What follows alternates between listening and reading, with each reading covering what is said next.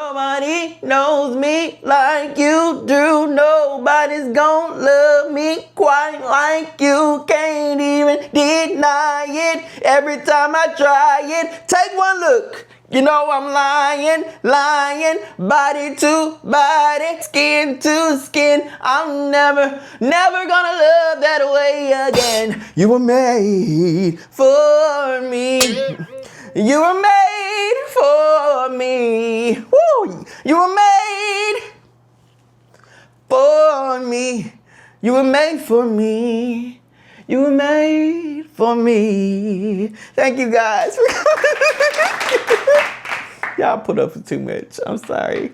No, seriously, y'all do put up with a lot. I mean, if you got this far, kudos to you, because I would have been like, what the hell is going on inside the sheet between my home? No.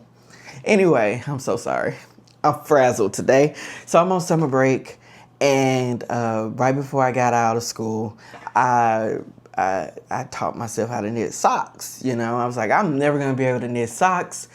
It's just such a harrowing task to do it on. First of all, several tasks that I have never attempted when I first started back knitting. So let's go back. Let's go way back. So one day we were in college. It was about a decade ago, and we were all bored, and we saw a knitting video on YouTube, and we all decided to learn to knit. And so I learned to knit on these long straight needles that you get from Walmart. And I learned to knit on the worsted weight yarn that you get from Walmart, the acrylic. And so I've been knitting on that until I injured myself. And so once I injured myself, I took about a 10-year hiatus until I found a yarn shop down the street from me, and I started going there faithfully, and they switched me over from those long needles to the ChiaoGoo's. You know, where's my ChiaoGoo? Here it is, the ChiaoGoo's. And then once I got this, I was hooked. Then I switched over to the interchangeable set, which is over here. I don't feel like getting it. I switched over to the interchangeable set, and then I knitted my first cardigan, which is behind me. I'll talk about that later. And the skills that I learned from knitting my first cardigan, I was able to apply to the sock, because in the cardigan, I learned how to do the magic loop. I struggled with the magic loop the whole time, because when you're learning to knit and you're using the cheapest supplies, which are more accessible, I understand that, it makes some things more difficult, more of the advanced skills difficult. And so once I learned how to do magic loop, I was like, okay, maybe I can knit a sock. So then I get on Amazon, and I get this book, okay?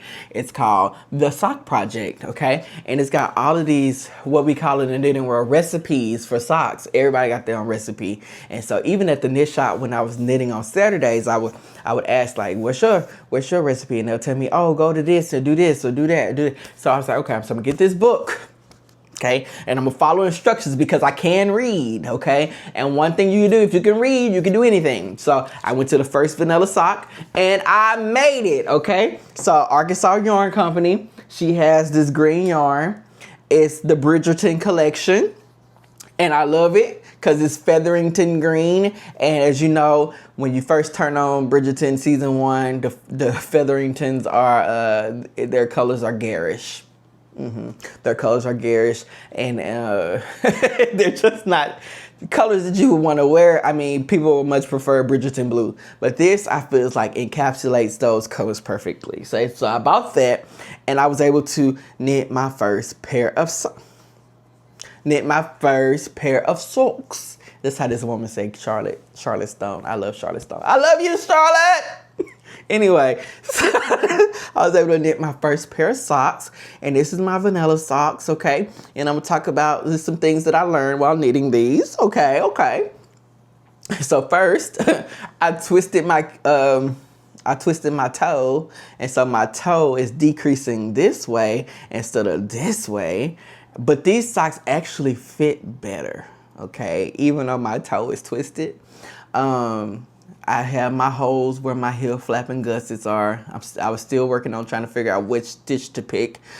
And everything else is pretty much smooth sailing. I did have a little bit of a ladder issue in the front, but you can't tell. I wore these a couple of times, so I need to go ahead and block them. I haven't blocked them. In fact, I haven't even weaved in my ends.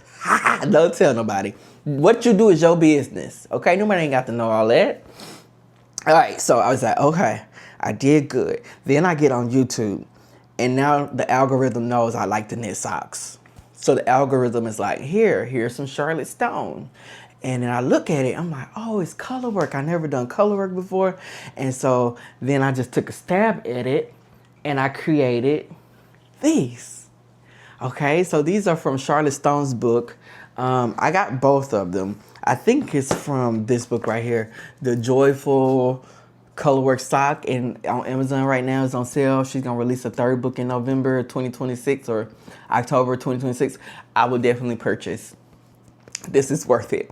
It's worth it. You hear me? It's worth it. So this is what was this called? Something about goldfish.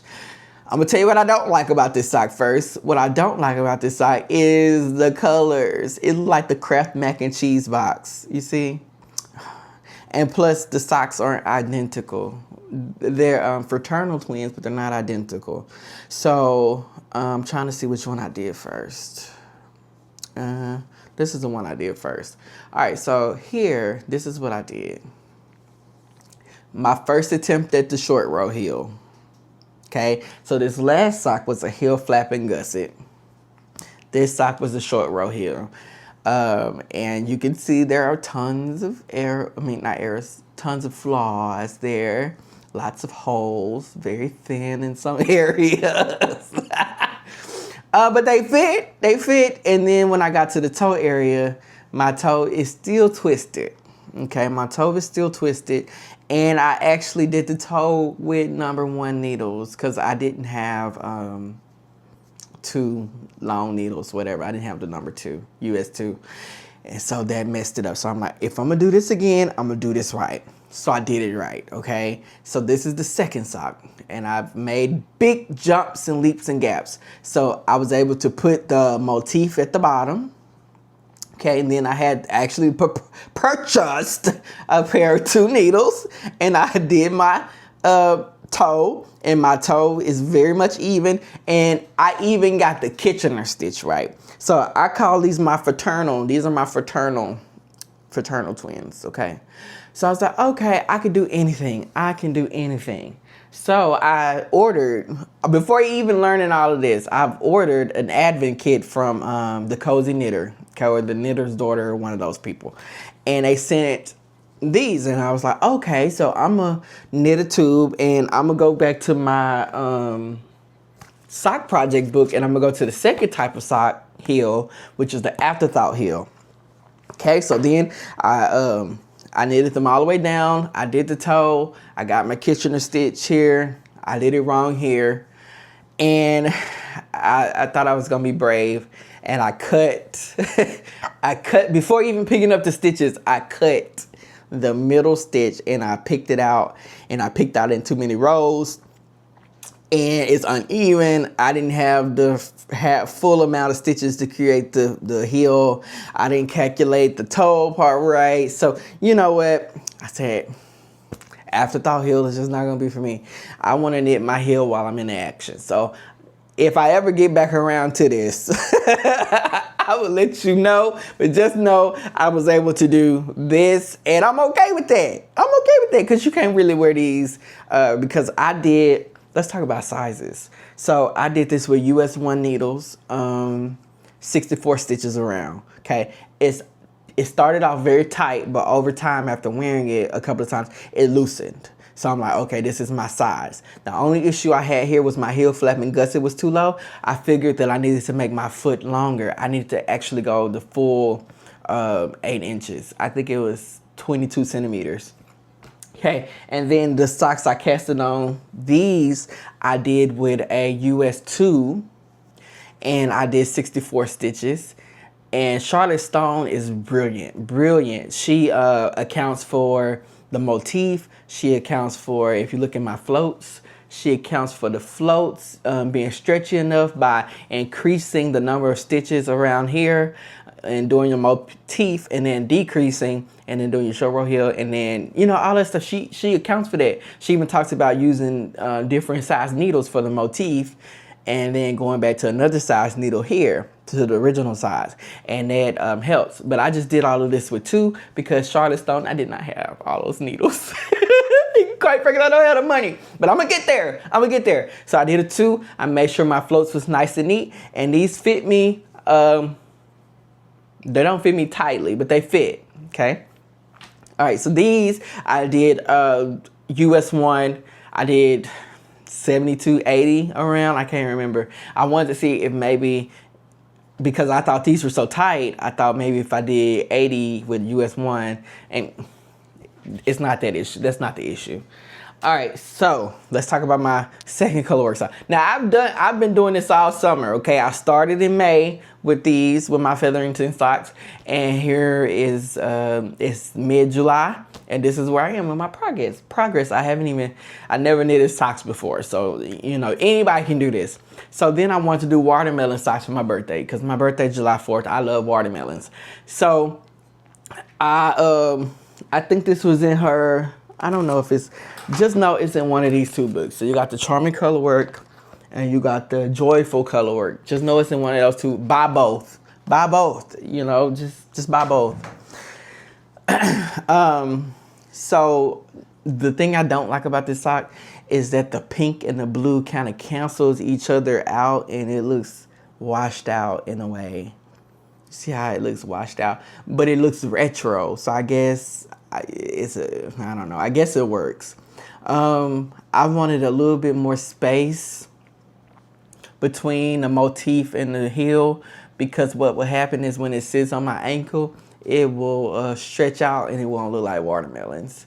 And then I put the same amount of space here after the ribbed heel, and then I did the same motif, and then I did the green toe. And here, if you look, I got my actual toe decreases correct, and I did my Kitchener. Now this is the best my Kitchener stitch has ever looked. All right, so my work in progress. I'm actually working on the second sock for this one, and I just needed to finish a project for a friend first. I was knitting them a Sophie scarf. I'm blocking it right now. And so then I was like, I want to try something very exciting. And I did. So if you go on my page and you go to my shorts, you'll see a little clip of me making these socks. And I just adore these. The yarn is from Arkansas Yarn Company here in Arkansas. And this is, I forgot the name of the red, but the white is called Birthday Cake White. And it's just beautiful. If you want to look at my floats, look at my floats. So nice and neat. I should have done this in a 2.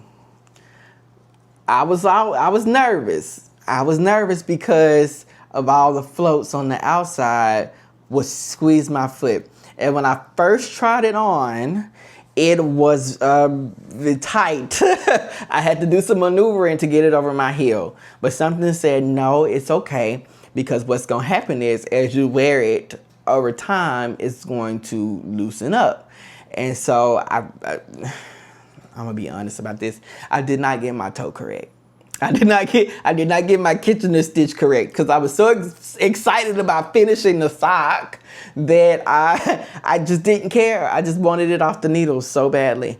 And so for my second sock for this, I'm actually going to invert the pattern. I'm going to do white cuffs, and then I'm going to do a white heel and a white toe, because I like my socks to be fraternal. I don't care if they identical, because I mean, you can easily find a pair because it's a heart sock, right?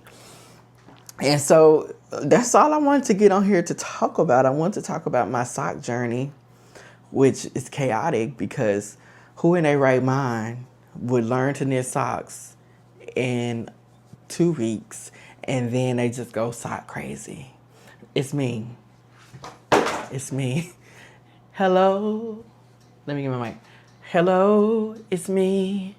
Look at that. Look at it. But I'm hoping I can come on here weekly. Maybe we can knit together. I'm so happy you did spend time with me. I've been so lonely this summer because It's just been lonely. So I'm so happy you guys get to spend time with me and you get to see my beautiful colorwork socks and my progress. Yeah, thank you. Please come back. I'm desperate. Please come back. I want to show you more of my work. And I want you to show me your work too.